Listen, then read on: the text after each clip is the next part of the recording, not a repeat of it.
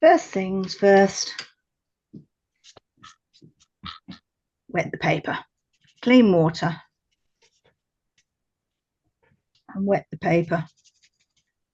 I've got the tape pressed down quite hard because I've got tape that doesn't stick very well. So I used a pair of the handles of scissors to push it down against the paper. So heaven only knows what will happen when it comes off. So we've got a sheen on the paper.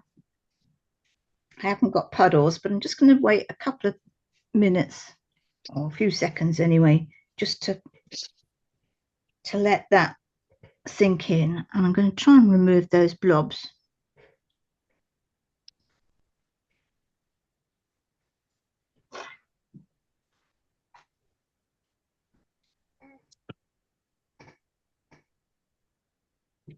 Oh, that one's stuck. No, never mind. Right. So with the moon glow, or your made up moon glow, I'm going to do a graded wash. So we start at the top, and without refilling the brush, we go just backwards and forwards, getting very light towards where witchy is going to be, and stopping.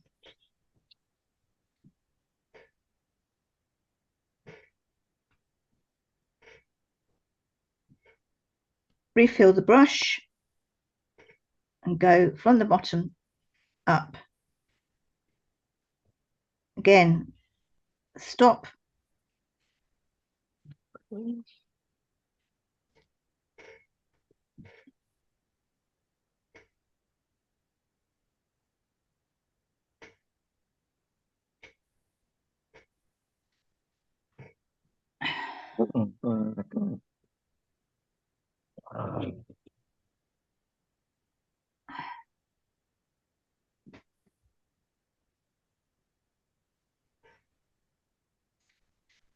So we've got just about in the center, we have a light patch.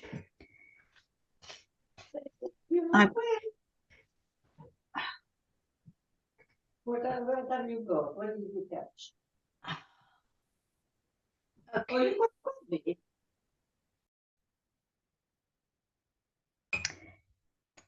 Trees. Trees are in 2 layers. So I'm going to get the first of my Payne's grey and do the first layer.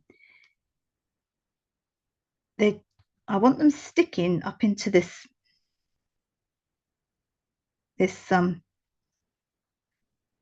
white bit here,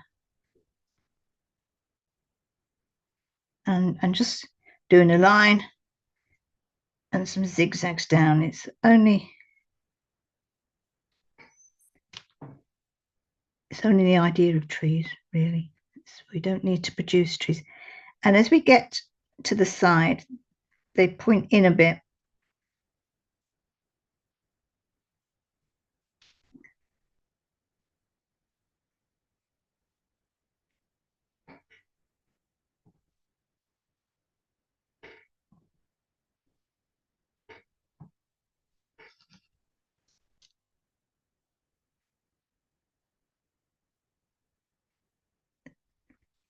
Probably a little bit wet, but I'm just going to over them again.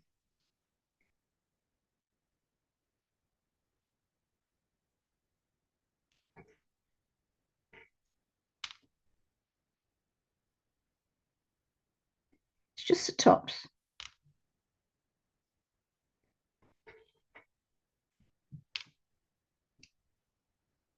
So we're just curving it round just to give it the idea that we're looking up, and there's trees and there's Witchy McWitch face.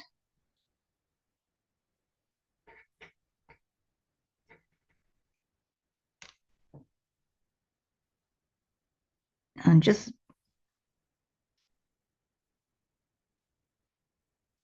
putting in the tops of the tree, because it's just drying a bit now, and they're a bit darker. Don't need to go all the way down, really.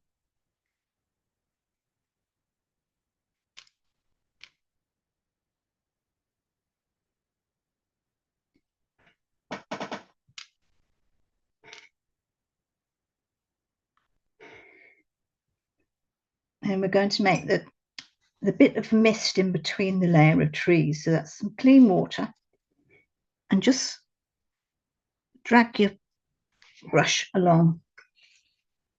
Clean water, damp it off a bit, and drag your brush along. We want some mist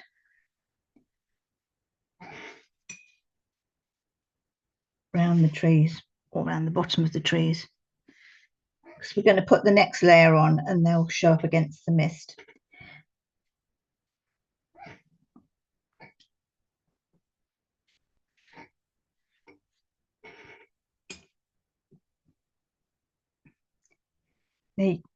I'm just using the same brush, but if you want to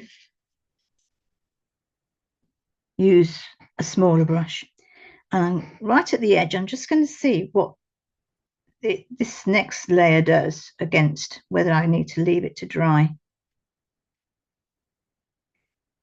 And I think we're okay. And I'm coming right down.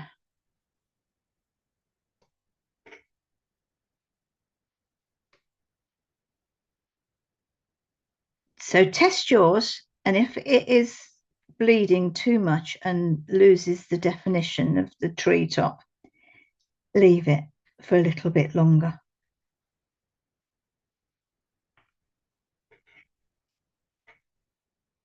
This layer, you could perhaps just make it a little bit more defined as to the tree shape, because we're going to go right down to the bottom of the tree. But we don't need to see branches or anything. We just need to see the shape. So I'm just going side to side and then getting quite wide when we get down the bottom.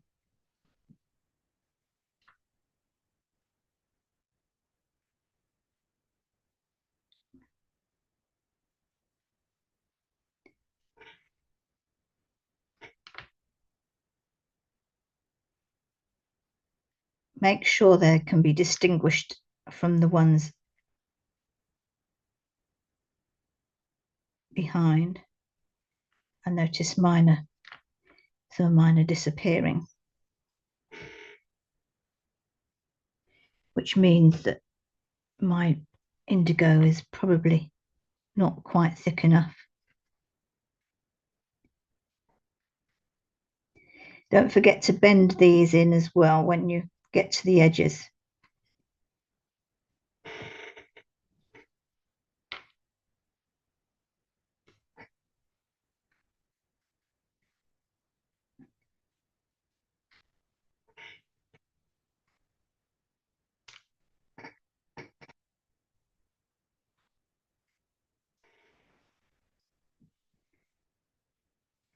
And get a tiny bit more almost neat paint now, just to bring out the tops, because they're sort of all merging. So I'm just touching the top and then dotting my way down halfway or something like that.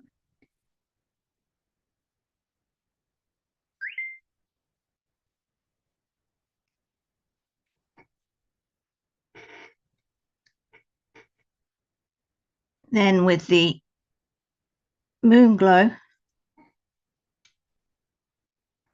mixed with a bit of the indigo, I'm just covering in the bottom of those trees there. Maybe I just have indigo. You can use your brush strokes to know what sort of ground it is, whether it's sloping or whether it's flat. Or you can even make a little path just in with your brush strokes. I started off with very small, backwards and forwards, getting wider each time, and you've got a path in the dark.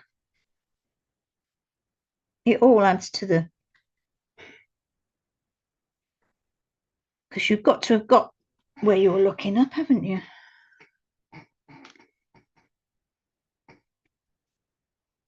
I'm just using a bit of moon glow on the top of those trees.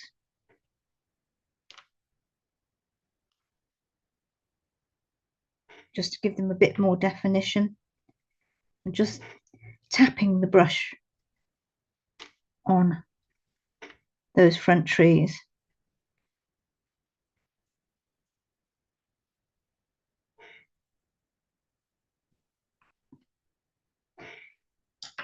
If you've got any salt, you could, at this point, drop a few grains of salt each side of the path.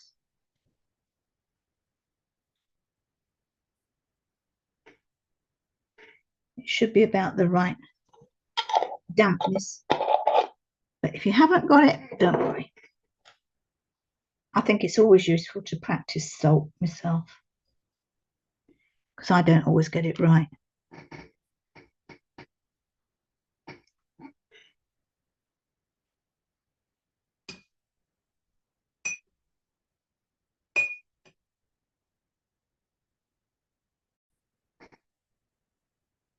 Next step is to put the witch in. So don't put her in the middle if you can possibly help it.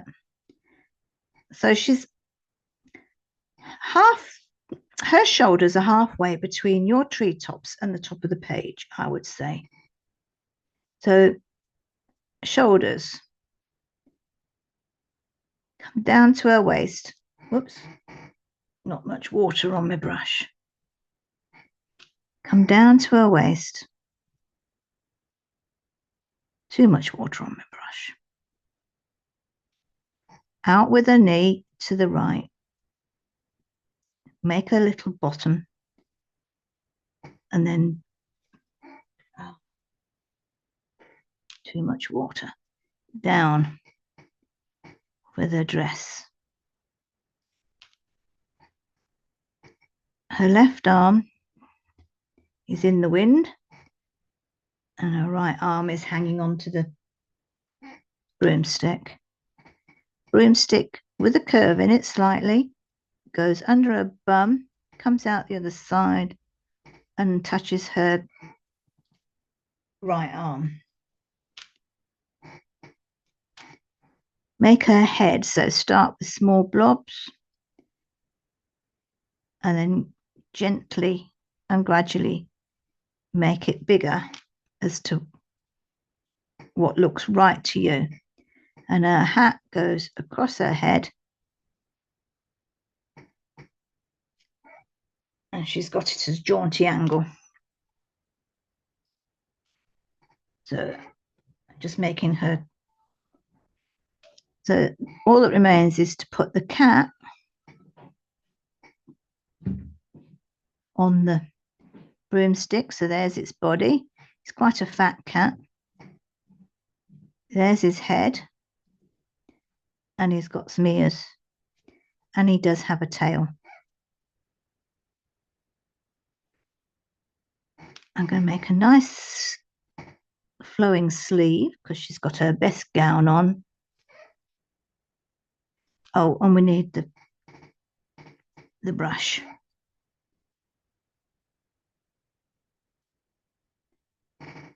And she's done.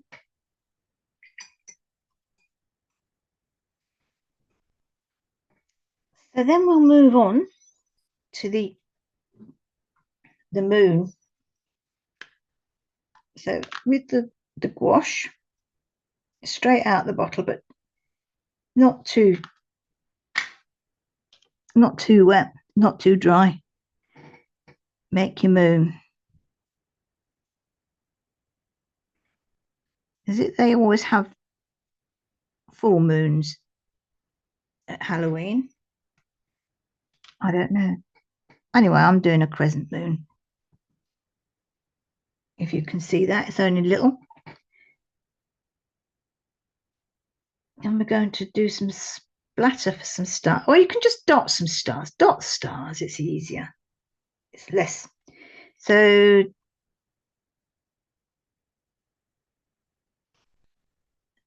except it's more difficult to randomly do it.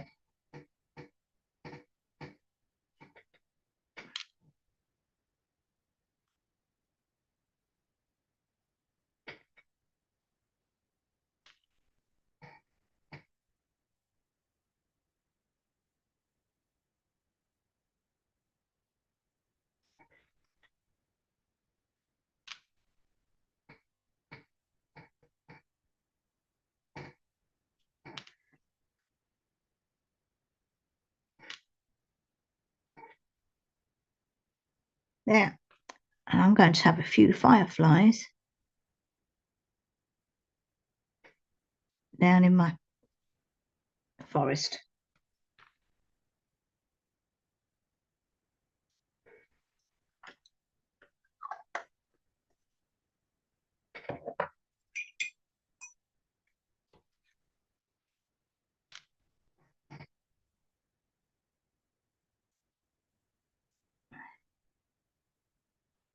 Okay, my moon, because I've messed it up, has turned into a full one.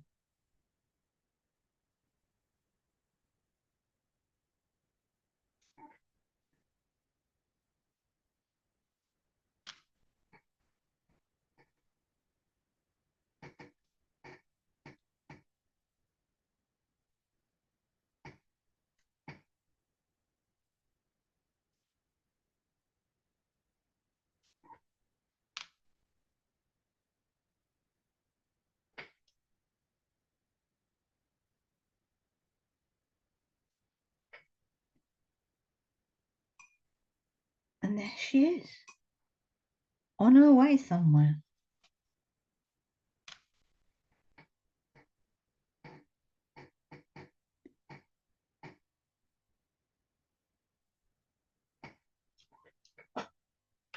Really, I suppose you could have put her behind, no, the moon behind her, but